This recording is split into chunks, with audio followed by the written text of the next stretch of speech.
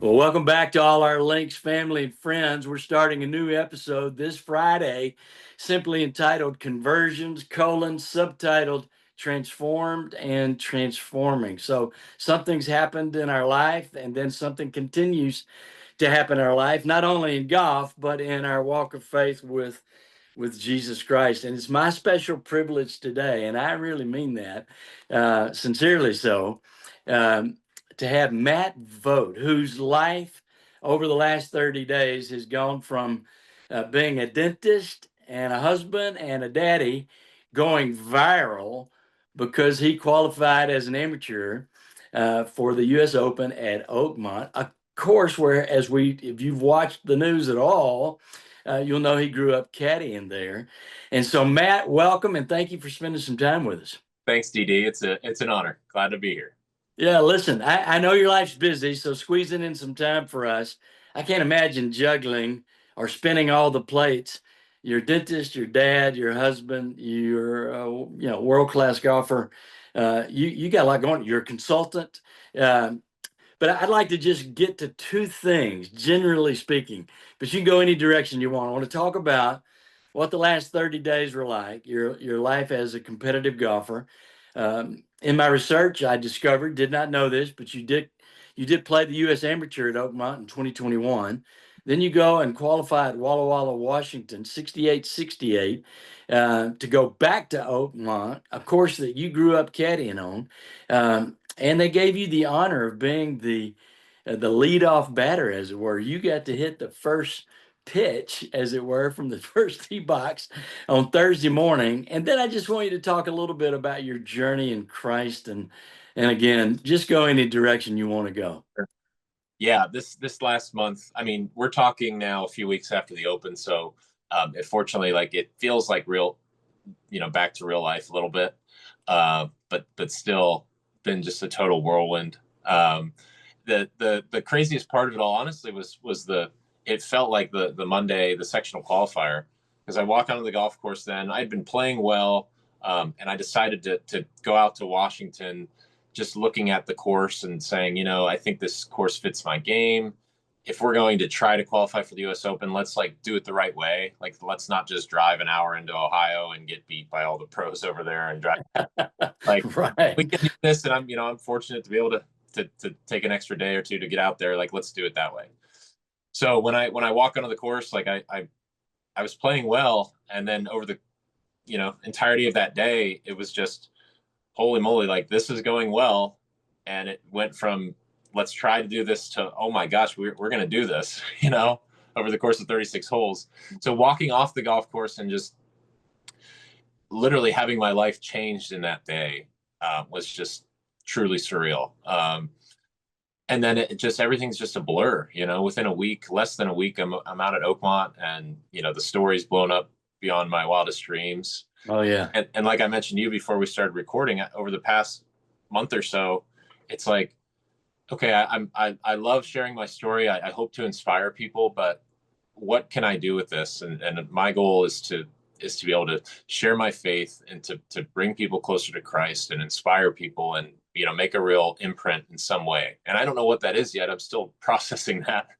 But that's been a big part of my goal. So yeah, like you mentioned, I got the honor to hit the first tee ball. You can call it an honor.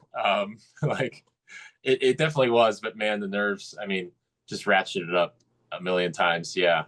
Yeah. I felt good that morning. I was hitting the ball pretty well at Oakmont, but in the practice rounds, and I felt pretty good that morning. And then it's funny, I went to go tee up the golf ball, and I just Yeah. had no chance. So, gosh, once my hand hit the tee, that's when, like, boom, like the nerves just went crazy.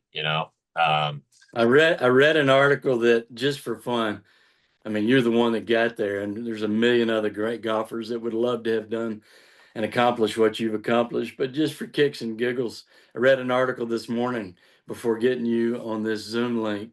I think you tried to hit it left to right, and you towed it, and it went left of left over into not 9 fairway, but left of 9. Yeah. Well, some guys will intentionally in the USAM in the past and other tournaments, they'll intentionally hit it down that way. Now, with the rough the way it was, nobody was doing that in the open. But it's so funny, and uh, the you can't even like comprehend, as especially as an amateur, you can't even comprehend what it's like to get up and hit that tee-ball and think about all the people there, but then all the people watching, really, like, I guess around the world, around the country, just the nerves that come with that. So in the back of my mind, I'm like, okay, just we cannot hit this ball right. We can't hit this ball out of bounds. Please don't be that guy who's going to do that with the first ball at the U.S. Open. Did you go on to make par? Yeah, yeah, You went on to make par from there. yeah. Like Wow. I from where I hit it, it's actually not that difficult of a shot to hit to make par at Oakmont. But it looked pretty difficult on TV. I started off okay. It's funny. You learn so much in when you do things like this. I've just learned so much about nerves and how it affects my swing, because it just totally got off the rails that week. But again, it's just such an amazing learning experience from a golf standpoint, and then just an amazing life experience, something that I'll always have with, myself, but with my family and friends. And I'll never forget it, obviously. I mean, So I heard from a friend, a mutual friend, and a colleague of mine, Drew Hamilton, otherwise AKA Hammy. Y'all played golf recently together, and Drew sent me a text with a picture of your scorecard. Of course, you'd never played before. This is post U.S. Open, and you got started off slow, but then you birdied the last three holes on the front side and shot even. But then you go on to shoot 6 under on the backside.